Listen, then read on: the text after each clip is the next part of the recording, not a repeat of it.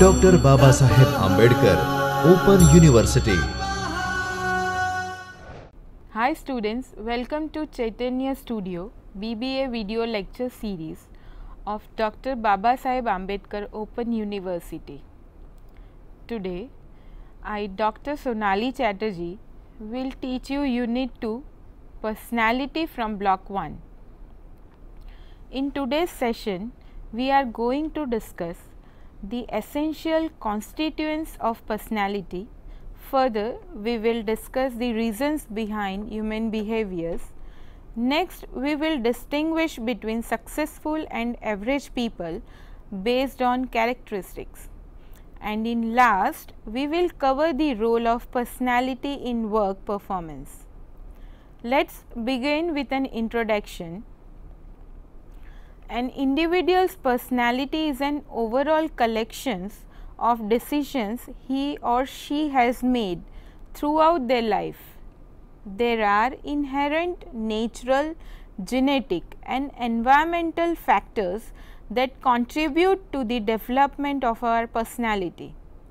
Hereditary factors contribute to personality development.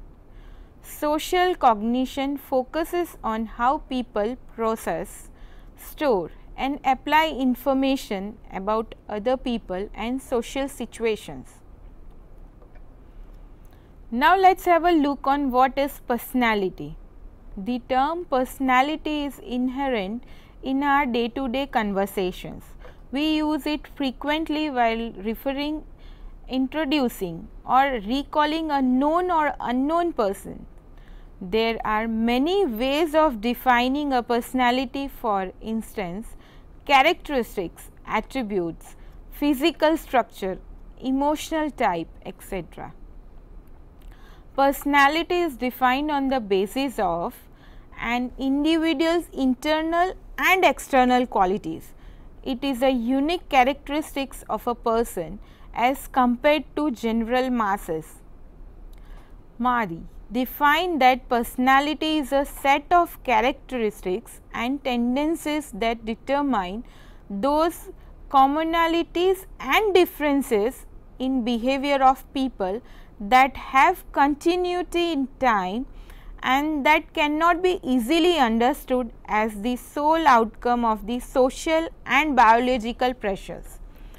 Now, let us understand some personality theories. To understand the concept of personality, it is essential to read the theories given by well-known researchers like Sigmund Freud and Carl Rogers. First, we will study the psychoanalytic theory. Sigmund Freud has given a framework that consists of three interrelated yet conflicting dimensions. These are: first, the ID. It is the sources of psychic energy and therefore needs to be satisfied.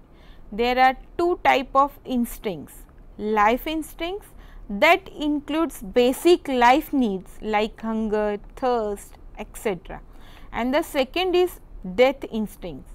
A person looks for satisfying the life instincts throughout his life. However, the ID contributes to be a driving force in the life and affects the thoughts and behavior. Next is the ego. It is the conscious part of an individual. Ego keeps a check on the ID. Ego helps in beginning rational by using intellect. The third is superego. It is made up of ethical constraints and behaviors. The superego contributes with ego in determining what is right and wrong for an individual. It is an unknown part through it is formed from their own culture and social values. Now, let us discuss traits theory. As per this theory, an individual has certain predispositional characteristics and attributes that are called traits. Traits are distinctive and continuous features an individual that sets him apart from any other person. These are called human variables as they differ from person to person. Some common traits identified by Cartl are: a good nature and truthfulness. Next, critical and suspicious. Third, maturity and realism. Fourth, immaturity and evasiveness. And fifth, cheerful and energetic. Sixth, depressed and subdued. These are termed as source traits by Carter. There is one more important theory that helps in understanding the concepts of personality. This is the self theory. Self theory contributed by Carl Rogers. It focuses on interrelatedness of all behaviors of a person. In management studies, this theory is very useful, especially while learning about organizational behaviors. There are four main factors of the self concept. First, self image. It is the identification of an individual with his own self. The self image is how a person identifies himself, what he or she thinks of himself, his beliefs, his values, etc. Second is ideal self. There is always a conflict between what are and what we want to be. The ideal self is a futuristic approach towards which we continuously work. The ideal self can be determined by the type of stimulus we choose from among the various stimuli. Third, glass self. It is known as social product that energizes from personal interaction between two individuals. Looking glass self is the way we think we are being perceived by others. For example, Ram, who is reserved person, thinks that people consider him as an arrogant person. Fourth, real self. The real self is the product of self image, ideal self and looking glass image. It is the outcome of the situation in which what others think of you matches either your ideal self or self image. Now, let us understand another topic of this unit is genetics of person has been derived from genes, the biological term that relates a person's biological characteristics with their ancestors. Personality genetics is a term that has been derived by combining the scientific term with management concept. It therefore refers to relationship between your personality traits and biological characteristics inherited from family. Genetics is related to genome that consists of the total set of genes that a living being possesses. It portrays detailed information of a person's hereditary nature and can be found in his or her DNA. In humans' personality, there is a significant role of genes as they differentiate one person from another. This study helps in relating a person's behavior with genetics. It also helps in finding solutions to problems arising at work due to genetic disorders. The objective of genetic behaviors are the study of genetics and personality is made to find out the degree of effect that genes make over a personality. Next is to understand the correlation between genes and environment and their relative impact over personality. The genetics of personality can be broadly studied under the dimensions like family studies. It relates to similarity in nature of members of a family. A recent study has revealed that genetics highly influence the formation of traits in an individual. The study was conducted on around 80 twins. Number 2, twin studies. It studies the effect of genes between identical and fraternal twins. The study shows to what extent their behaviors are related to heritability, as it is understood that the genes of twins are also completely the same. A recent study conducted by University of Minnesota point out some common characteristics that are passing of the genes. These are identified on the dimensions like aggressiveness, striving for achievement, need for personal intimacy. Because of these dimensions, qualities were identified as genetically driven are leadership, traditionalism, obedience, authority, sense of well-being, alienation, vulnerability, risk-taking, capacity for becoming engrossed in an aesthetic experience such as a concert. Now, let us study the determinants of personality. One of the most complex subjects is to determine the type of personality one possesses. It is more difficult to identify the reason behind a person's specific behaviors.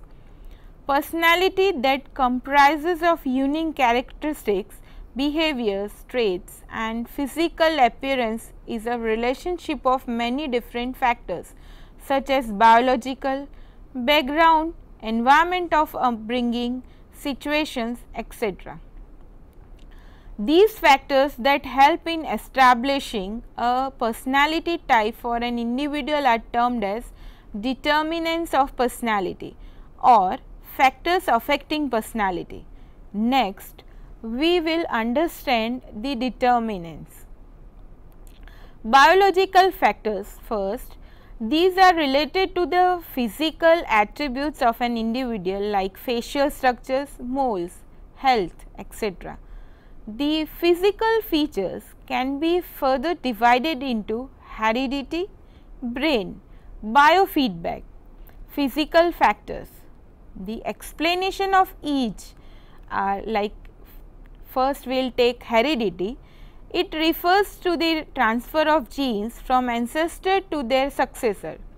Genes are made up of molecules containing chromosomes that are responsible for a person's complexion, height, weight, etc. Hereditary characteristics are passed on from parents to their children. Next is brain. It is an important determinant of personality and helps in understanding one's behavior. Number 3, biofeedback. It is a process that enables in controlling body processes like blood pressures, secretions of hormones, etc. It is done by using wires that are wrapped on the body. These wires are programmed to give us signals to how our body responds to the stimuli we provide. Number 4, physical factors. The first impression of an individual's personality is based on his look, height, weight, complexion, etc. These are one of the most important determinants of personality. To some extent, these are related to our family features also. Next, cultural factors. One of the prime reasons for a type of personality, cultural factor, include religion, traditions, values and norms that guide our day-to-day activities. Cultural factors contribute in the development of the person's attitude as well as behaviors like aggressiveness, calmness, patience, etc. Number 3, social factors.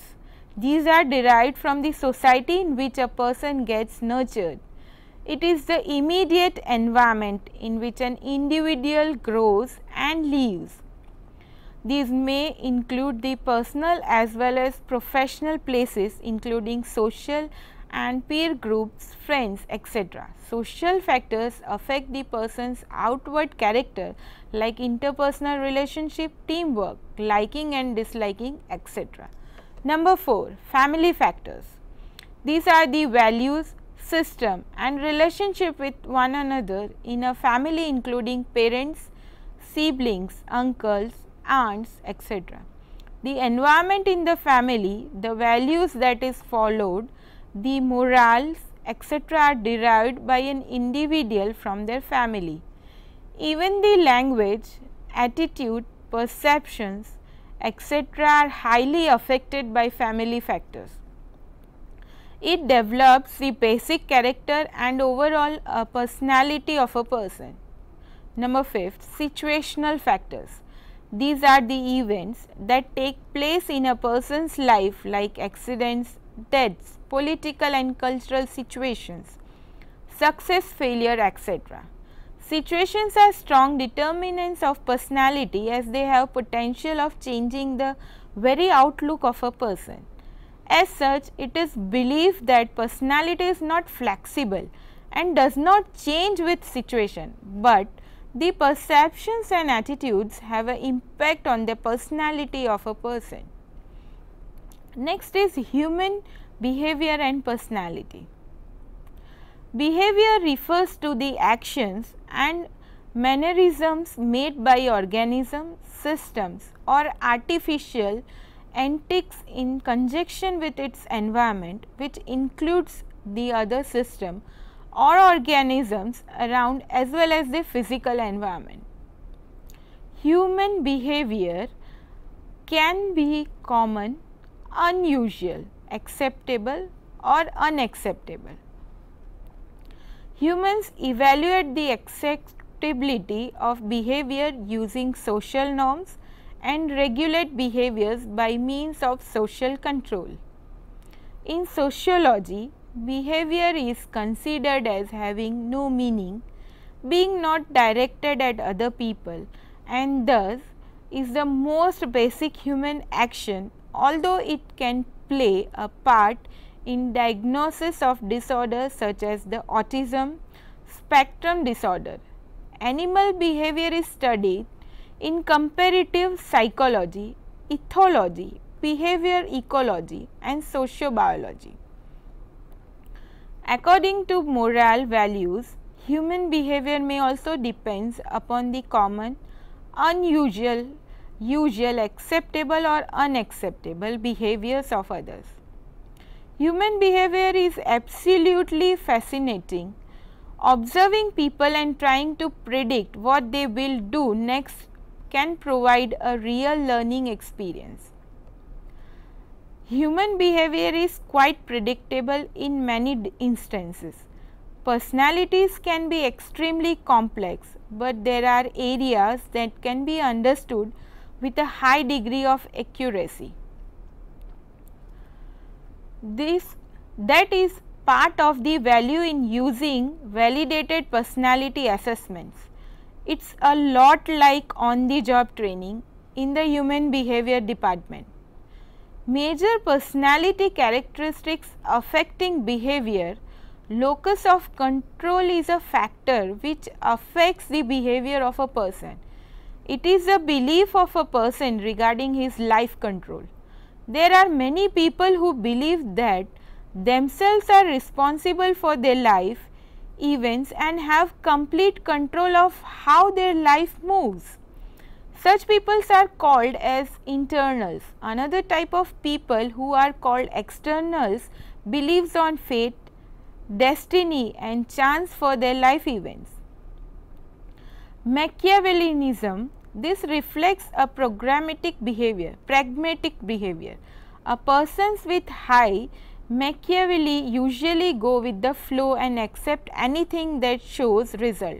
They are practical people who work best in settings where there are minimum rules and regulations, high level of interactivity and minimum advice by others. Number 1, self-esteem is how you perceive yourself. It deals with liking or disliking your own self.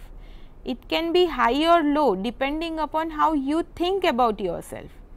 Usually high esteem is related with high self-confidence. Feeling of self-reliance, ability to take risks, taking unconventional jobs and assignments. On the other hand, people who have low confidence and who depends on others for every task have a low esteem. They are unable to take decisions on their own, always want to work in safe environment and rarely take risk. Such people usually do not show outstanding performance. Next is personality types and behaviors. Research has provided two types of personality that reflect specific behaviors. These are known as type 1 and type A and type B personality. In type A, person with type A personality is aggressively involved in a chronic, incessant struggle to achieve more and more in less and less time, and if required to do so in opposing efforts of others, things or other persons. People who are labeled as type A personality have the characteristics like impatient with the pace of work and life events, consistently found moving, walking or eating fast, try to perform more than one task at a time, always measuring their achievements in qualitative terms. In type B, these type of people rarely harried by a desire to obtain a wildly increasing number of things or participate in an endless rowing series of events in an ever decreasing amount of time. Their characteristics are easygoing, not in a race to show their achievements to others, usually creative, take better decisions, never seen stressed out, in mood of urgency. Now let us focus on personality traits of successful individuals. In that, number 1 is they are positive. Successful people don't let negative events after their ego. They see the glass half full and not half empty. Number 2, they smile and they take responsibility. They take every opportunity they can. They are not afraid of doing something new. Number 3, they are never criticize others. Successful people don't criticize others when they are not listening, because otherwise people among them will recognize as person who tend to talk behind others. They never complain. Everyone is able to complain about things.